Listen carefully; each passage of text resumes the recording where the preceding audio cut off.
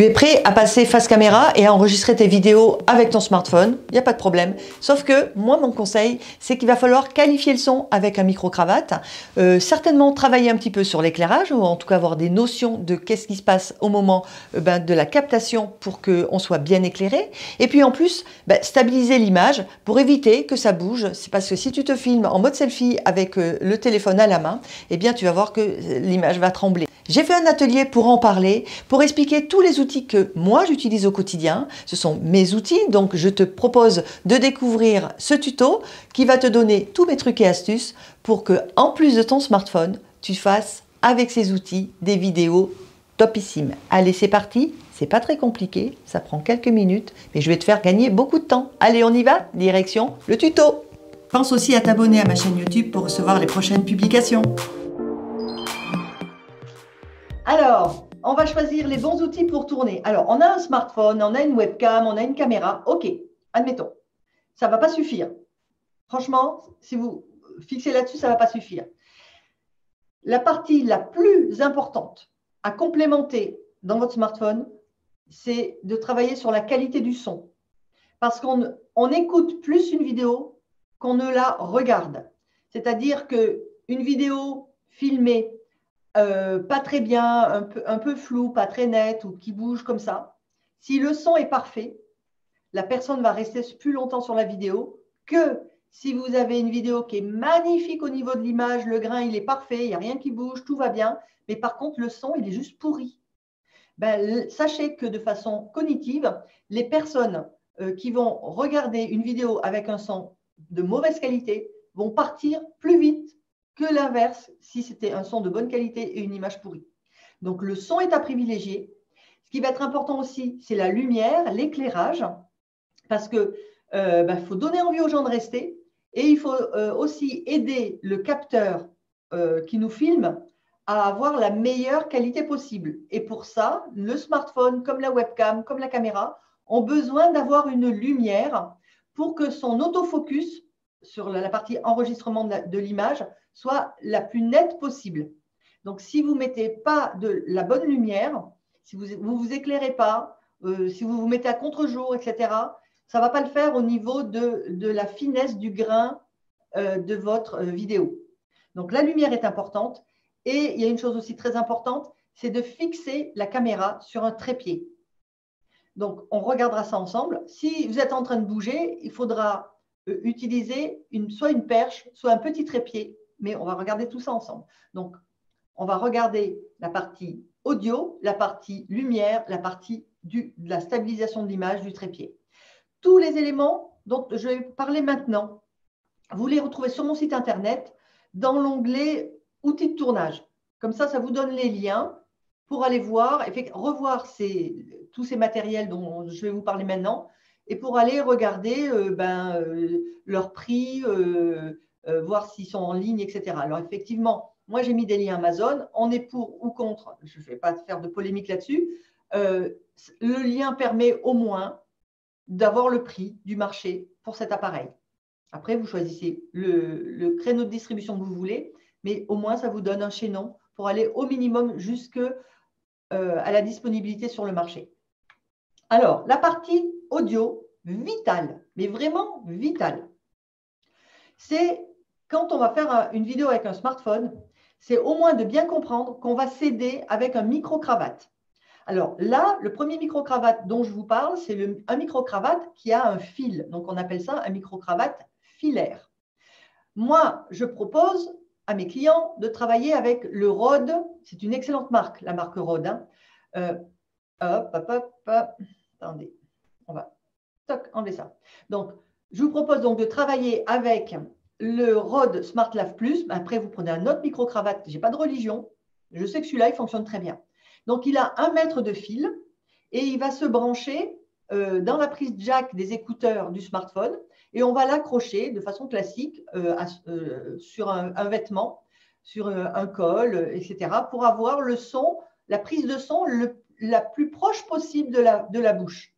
Parce que quand on n'utilise pas un micro-cravate et qu'on fait confiance à l'enregistrement du smartphone, on va déjà avoir un premier frein qui est que le smartphone, on le tient à bout de main. Donc, on déplie notre bras. Donc, le smartphone, il est au minimum à 60-80 cm de notre bouche. Donc, il y a de l'air entre les deux, entre le smartphone et nous. Hein, et donc, il va y avoir ce qu'on appelle du bruit. Il va y avoir un chut. Et ça va être compliqué à enlever au montage. Et comme on est là pour faire les choses vite fait, bien fait, l'idée, c'est de se dire déjà, je ne vais pas me compliquer la vie avec rajoutant quelque chose à faire au montage. Donc, pour qualifier le son, il est important d'utiliser un micro-cravate. D'autant plus que pour les smartphones ne sont pas faits pour avoir des micros pour enregistrer des vidéos. Ils ont des micros pour enregistrer la voix quand on porte le smartphone à l'oreille, parce que je rappelle qu'au départ, c'est un téléphone. Donc, ils n'ont pas été conçus réellement pour capter le son dans une vidéo. Donc, on s'aide avec un micro-cravate filaire ou pas. Et là, je vais vous montrer une information très technique. Mais on est là aussi pour faire de la technique, pour comprendre les choses. Regardez bien. Du côté de la photo du téléphone, vous avez l'embout avec, après, à l'horizon, ça ressort du bec. Donc, c'est la partie jack qui rentre normalement dans le téléphone. Vous voyez, il y a 3 petits traits noirs sur l'embout en cuivre. D'accord? Sur la partie dorée. Donc, ça veut dire que le micro-cravate filaire pour smartphone, comme par exemple celui que je vous propose là, si vous reportez maintenant vos yeux sur la gauche de l'écran, vous voyez sur la partie en laiton, couleur acier là, et je vous ai marqué TRRS. Ça veut dire que c'est les 3. Je vous le décode. Ça veut dire les 3 petits crans noirs. D'accord? Les 3 petits traits noirs. Ça veut dire que ça, c'est un micro-cravate pour un téléphone. OK? Quand il y a les 3 petits traits noirs, ça veut dire que ça va s'adapter sur le téléphone. Si on veut que notre micro-cravate, on puisse aussi s'en servir sur un ordinateur, l'ordinateur, lui, il ne veut pas les 3 traits, il n'en veut que 2, il veut du TRS. Donc, on va prendre un petit adaptateur qu'on va rajouter à la fin du micro-cravate sans fil.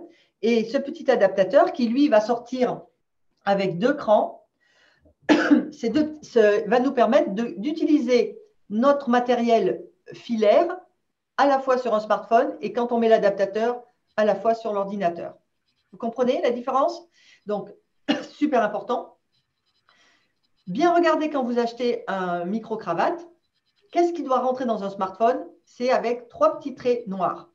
Okay? Si c'est sur un iPhone, il y a des adaptateurs que vous allez relier pour rentrer dans la prise spéciale jack enfin, qui n'est pas un jack, la prise spéciale de l'iPhone. Donc, on rajoute juste un petit adaptateur pour passer du filaire jusqu'à l'iPhone avec un petit adaptateur, c'est souvent blanc.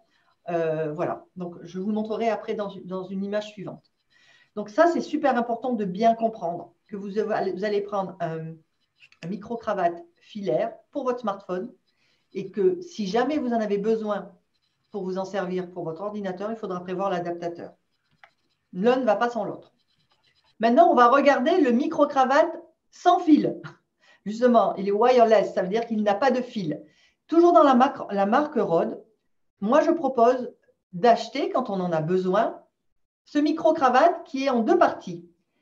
Quand on regarde sur l'image où on voit l'iPhone, on voit que le micro-cravate, il est au bout du câble rouge, il est posé à l'horizontale à côté du smartphone. D'accord? Ça, c'est la partie qui va recevoir le son de l'autre partie qu'on aura accrochée sur nous. C'est-à-dire que si on regarde à gauche de l'image, celui qui est encore le plus à gauche, il a un petit trou avec comme une petite grille là, en fait. C'est là que ça capte le son qu'on a près de nous. Okay? L'autre partie, c'est la partie qu'on va accrocher au smartphone. Donc, qu'on soit à 1 mètre, 2 mètres, 10 mètres, 30 mètres, ça fonctionne très bien.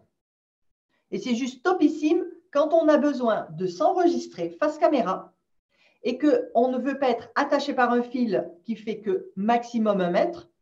Donc, ça veut dire de tendre le bras et pas plus loin. Okay? Donc, si on a besoin de se déplacer, si on a besoin de mettre le smartphone sur un trépied et de pouvoir être libre de nos mouvements, de pouvoir nous déplacer à droite, à gauche, à droite, voire, par exemple, si on se filme en présentiel et qu'on veut mettre le smartphone sur un trépied et qu'on est en train de montrer des slides dans le cadre d'un présentiel, dans un atelier, etc., eh bien, en ayant un micro-cravate sans fil qu'on a accroché sur nous, on est libre de nos mouvements et en plus, la qualité du son, elle sera optimum. D'accord? Donc, il y a une partie qu'on porte sur nous et l'autre partie, comme on voit sur la photo où il y a l'iPhone, qui est posée à côté de l'iPhone, vous voyez, et qui est reliée par un câble pour rentrer dans la prise jack ou la prise de l'iPhone, en l'occurrence, pour remonter jusqu'à la prise de son. À savoir que ce micro-cravate, normalement, il n'est pas fait pour les smartphones. S'il avait un fil, il aurait un fil avec un TRS, vous savez, les deux petits crans. Donc, en fait, on est obligé de prendre un adaptateur inverse et le passer en TRRS, c'est-à-dire, voyez là, ici, au moment où ça remonte dans le smartphone, il faut un adaptateur. Alors, un double adaptateur dans le cas d'un iPhone, mais là, il faut bien comprendre que le micro sans fil Rode, pour fonctionner avec un smartphone, vous devez l'acheter tout de suite avec l'adaptateur. On ne s'affole pas, sur mon site internet, vous avez le lien des deux éléments. Mais si vous l'achetez, achetez-le aussi avec ce fameux adaptateur parce qu'il ne va pas fonctionner sur le smartphone. Il va fonctionner avec votre ordinateur, il va fonctionner avec votre caméra, si vous avez une caméra photo, mais pas avec votre smartphone. L'adaptateur, il fait 10 €, quoi. OK ? Donc, si vous avez besoin de le relier à un iPhone, vous voyez là, je vous ai montré la photo justement de ces adaptateurs qui remontent dans l'iPhone parce que la prise d'entrée n'est pas une prise jack classique, c'est une prise un peu aplatie, là, vous voyez, comme on voit. Donc, voilà. Donc, ça, c'est les éléments qui font fonctionner le Rode Wireless Go. Alors, je vous ai mis deux photos que j'ai faites de prestations. Ça, c'est la première à gauche, c'est une prestation justement en présentiel. J'avais une personne qui présentait un atelier.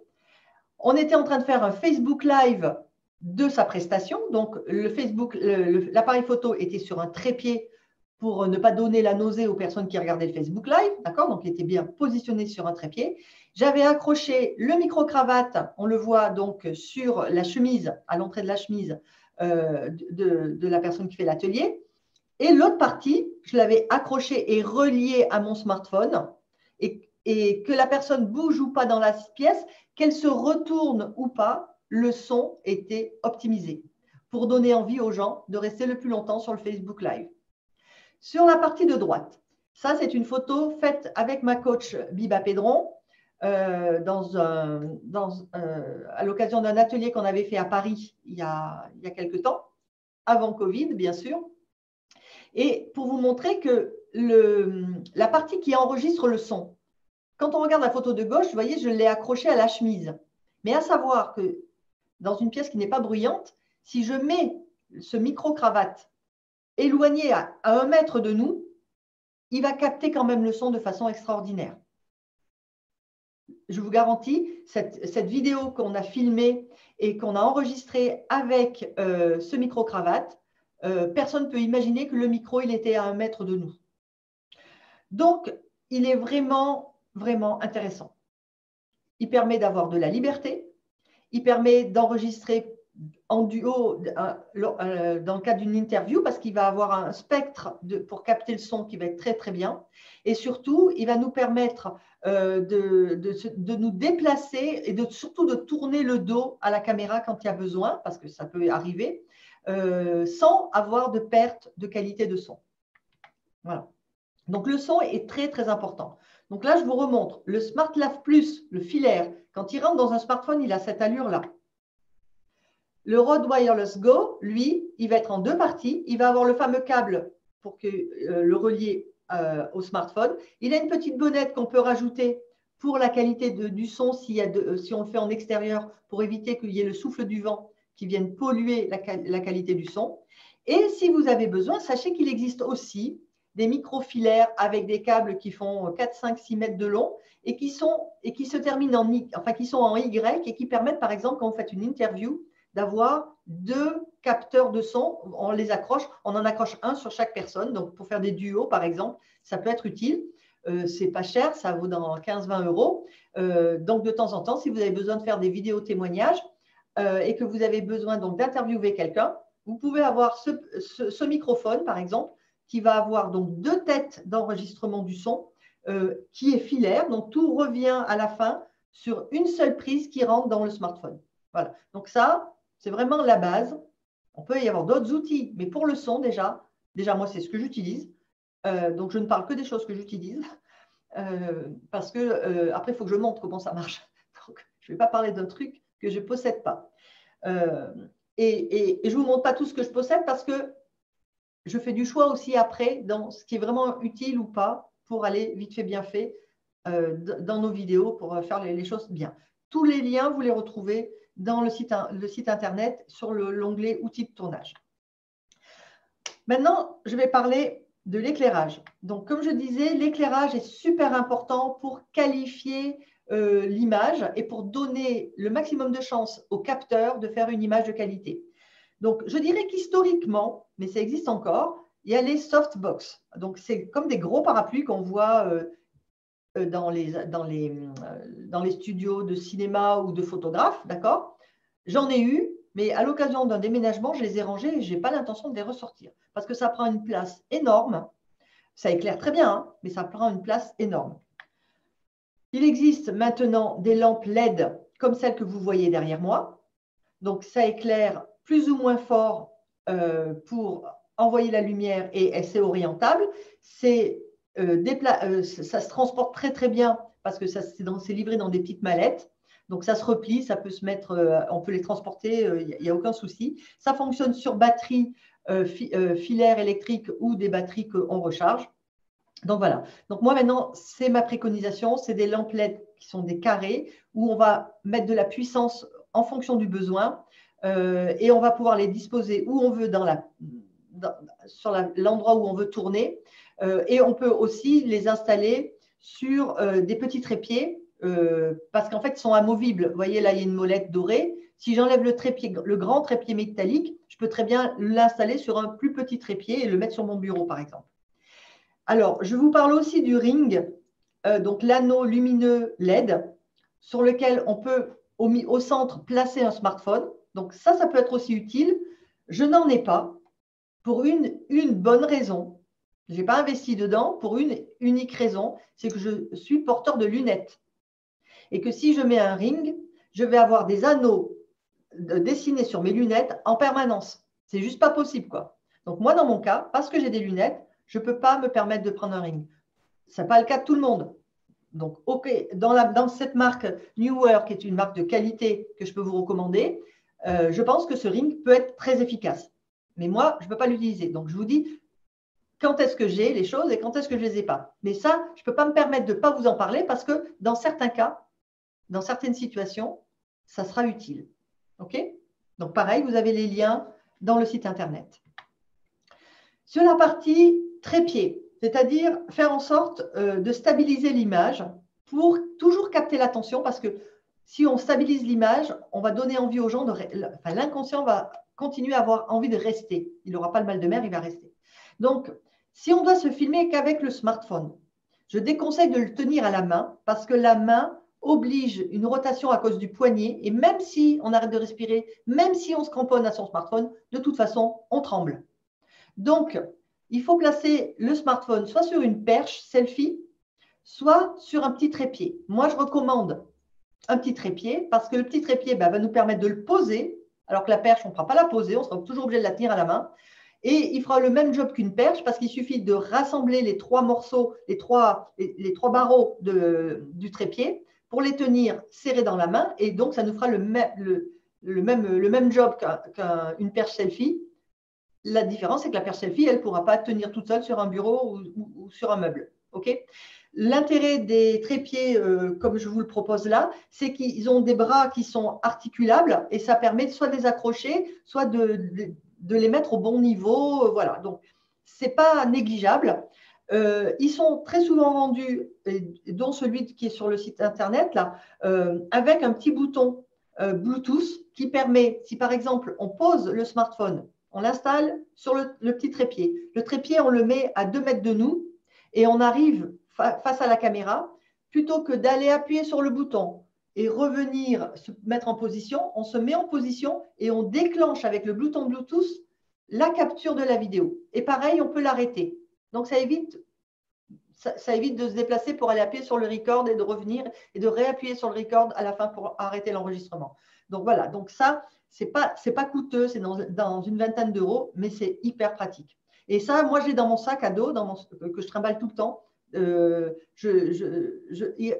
Ça fait quoi, 30 cm de haut, mais tout compris, quoi. Donc, je peux tout de suite mettre mon smartphone, mettre mon micro-cravate et je peux me filmer tout de suite à bout de bras si je veux, en marchant, voilà. Dans mon bureau, je vais utiliser par contre un trépied. Et quand on doit acheter un trépied, ma préconisation, faites très attention à la hauteur maximum proposée. Il y aura pas mal de trépieds qui sont costauds, hein, comme celui que vous voyez. Les trépieds, faites attention à la hauteur. Moi, je vous préconise une hauteur de 1,65 m. Parce que par-dessus, vous allez y rajouter votre smartphone ou votre caméra ou votre webcam, parce qu'on peut très bien y mettre une webcam dessus, hein, parce que c'est des pas de vis qui sont universels. Mais si vous êtes en dessous d'1,65 m et que vous devez vous tenir droit, debout, si vous êtes en dessous, vous allez avoir une vidéo qui risquerait de vous filmer par les trous de nez. Vous voyez, vous êtes plus haut que le capteur, donc forcément, ça prend par le bas. Donc, attention, je n'ai pas de religion sur le trépied. Moi, je vous en propose un parce que ça vous permet d'avoir une idée des prix. Vous prenez ce que vous voulez si vous en cherchez un. Vous allez le chercher dans n'importe quel magasin qui le fait. Simplement, bien penser à vérifier que la hauteur peut arriver jusqu'à 1,65 m pour pouvoir vous filmer. D'accord? Voilà. La dernière chose dans la partie trépied que je voulais vous montrer, c'est la partie qu'on peut fixer sur le trépied. Par exemple, vous voyez sur le trépied qui est au milieu, là, il n'y a rien pour accrocher le smartphone. Là, il va se casser la figure, le smartphone, hein. Donc, il faut y installer ce qu'on appelle une grippe. D'accord? Donc, qu'on peut récupérer sur une perche selfie parce que ça se dévisse. Et comme c'est des pas de vis universels, on peut très bien le mettre ici. Et donc, il faut prévoir une grippe. Et si vous prévoyez un jour d'utiliser le micro sans fil Rode que vous avez vu, il faudra pouvoir accrocher la partie qui se relie au smartphone. Et si vous prenez une grippe comme celle que je vous montre là, la partie du haut, là, qu'on regarde à droite, là, où il y a marqué grippe, il y a un petit opercule qu'on peut retirer, là, qui est noir, et qui permettra à la place de rentrer le micro-cravate pour le fixer au-dessus du smartphone. Voilà. Donc ça, c'est les éléments que je recommande vraiment pour ne pas utiliser le smartphone ou la caméra à bout de bras, dans la main, mais bien le fixer sur un trépied, quel qu'il soit. Donc, pour choisir les bons outils, vous retrouvez toutes mes informations sur le site. Ça vous permettra d'aller visiter les prix et après, vous pouvez surfer à l'intérieur du site sur lequel vous aurez abouti pour aller voir s'il n'y a pas d'autres matériels qui y ressemblent. Mais au moins, ça vous donne le point d'entrée pour aller chercher les bons outils qui pourraient vous être nécessaires.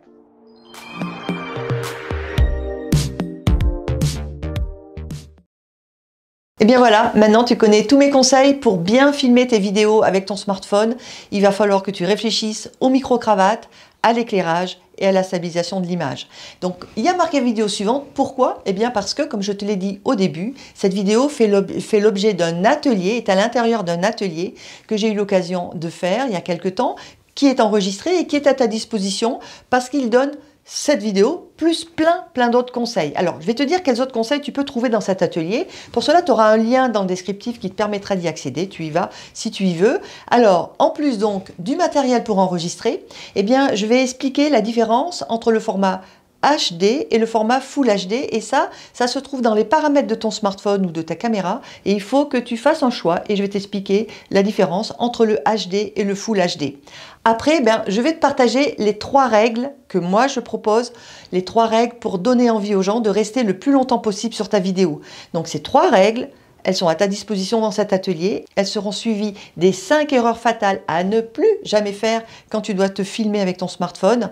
Faire très attention pour avoir des vidéos qualitatives, pour toujours donner envie aux gens de rester le plus longtemps possible. Ça, c'était pour la partie tournage que je voulais te partager. Et puis, bien, quand tu es dans cet atelier, si tu as envie d'aller un petit peu plus loin et te dire, ok, je vais mettre tout ça en place, mais je voudrais en savoir un petit peu plus sur le montage, eh bien, il y aura 2 vidéos qui s'enchaînent, qui sont juste après. Une première vidéo pour la partie montage qui va être de comprendre la différence entre un format carré, un format horizontal et un format vertical. Quand est-ce qu'on s'en sert? Sur quels réseaux sociaux on va publier tel ou tel format? Donc ça, c'est une courte vidéo, mais qui te permettra tout de suite de faire tes choix, de savoir si tu veux faire au montage un format carré, un format horizontal ou un format vertical. Et puis en dernier lieu, eh bien, tu retrouveras la même vidéo qui est déjà sur ma chaîne YouTube, la découverte de Filmora 10. Donc c'est la découverte d'une table de montage. En 20 minutes, je te montre comment tu vas naviguer à l'intérieur de ce logiciel, sachant que tous les logiciels de montage résonnent à peu près de la même façon. Mais si tu n'en connais pas, c'est l'occasion de découvrir ça. C'est 90 minutes pour te faire gagner du temps. Alors n'hésite pas, va dans le descriptif de cette vidéo, clique sur le lien et tu obtiendras cet atelier de 90 minutes. C'est offert, c'est pour toi parce que tu es venu jusqu'au bout de cette vidéo. Et si tu veux en savoir plus, si tu veux encore d'autres conseils, eh bien il y a une miniature qui s'affiche là pour que tu puisses rebondir dans YouTube et aller voir d'autres explications. Et puis surtout, n'oublie pas de t'abonner parce que si tu veux voir les prochaines vidéos, il faut appuyer sur la petite cloche. Je te dis à bientôt. Salut!